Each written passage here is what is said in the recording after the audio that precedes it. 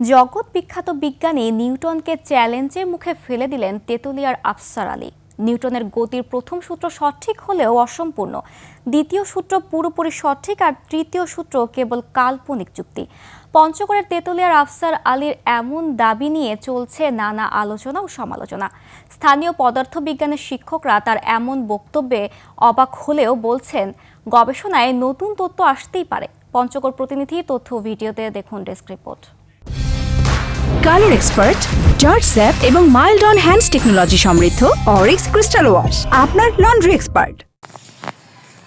বাংলাদেশ কৃষি উন্নয়ন corporation বিএডিসির mechanic হিসেবে ময়মনসিংহে চাকরি করার সময় থেকে ইঞ্জিন আবিষ্কারের নেশা চেপে বসে আফসার আলীর মাথায়। তারপর শুরু করেন পরীক্ষা নিরীক্ষা। 1996 সালে ইঞ্জিন চালানোর একটি সূত্র আবিষ্কার করেন তিনি। সূত্রটি হচ্ছে চক্রাকারে যান্ত্রিক কৌশলে জড়ের জড়তা ধর্ম, ক্রিয়া ও প্রতিক্রিয়ামুখী বলকে একই দিকে নির্দিষ্টভাবে নিয়ন্ত্রণ করে। পর্যায়ক্রমে গতি এবং স্থিতি একই ধর্মে রূপান্তর করলেই স্থায়ী গতিশক্তি বা স্বয়ংক্রিয় যান্ত্রিক শক্তি ইঞ্জিন উৎপন্ন হবে। গতি জড়তা এবং স্থিতি জড়তা, এই দুই জড়তাকে যান্ত্রিক কৌশলে কাজে লাগায়ে গতি স্থিতি পরিবর্তন করে স্বয়ংক্রিয়ভাবে ইঞ্জিন চালাবে। এটা আমার প্রথম পদ্ধতি। নিউটনের সূত্র নিয়ে তার বিশ্লেষণ অনুযায়ী প্রথম সূত্রে বাহ্যিক বলের উৎস ব্যাখ্যা না থাকায় তা অসম্পূর্ণ। দ্বিতীয় সূত্র ভরবেগের পরিবর্তনের হার প্রযুক্ত বলের সমানুপাতিক হওয়ায় সঠিক এবং তৃতীয় সূত্র প্রত্যেক ক্রিয়ার একটি সমান ও বিপরীত প্রতিক্রিয়া আছে তা কাল্পনিক। প্রত্যেক বস্তুই জড়তা দ্বারা আবদ্ধ।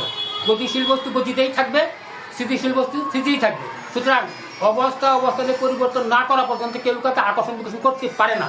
65 বছরের আফসার আলীর বিজ্ঞান গবেষণায় অনুপ্রাণিত স্থানীয় শিক্ষার্থীরা। তবে তার গবেষণা প্রমাণ করতে সহযোগিতা ও পৃষ্ঠপোষকতার দাবি বিজ্ঞান শিক্ষকদের। তিনি আমাদেরকে প্যাসকেলের সূত্রের মাধ্যমে বেলুনের মাধ্যমে উপস্থাপন করলেন। তার প্রমাণটি যেন সত্য হয় সে বিষয়ে প্রচেষ্টা চালিয়ে যাচ্ছেন।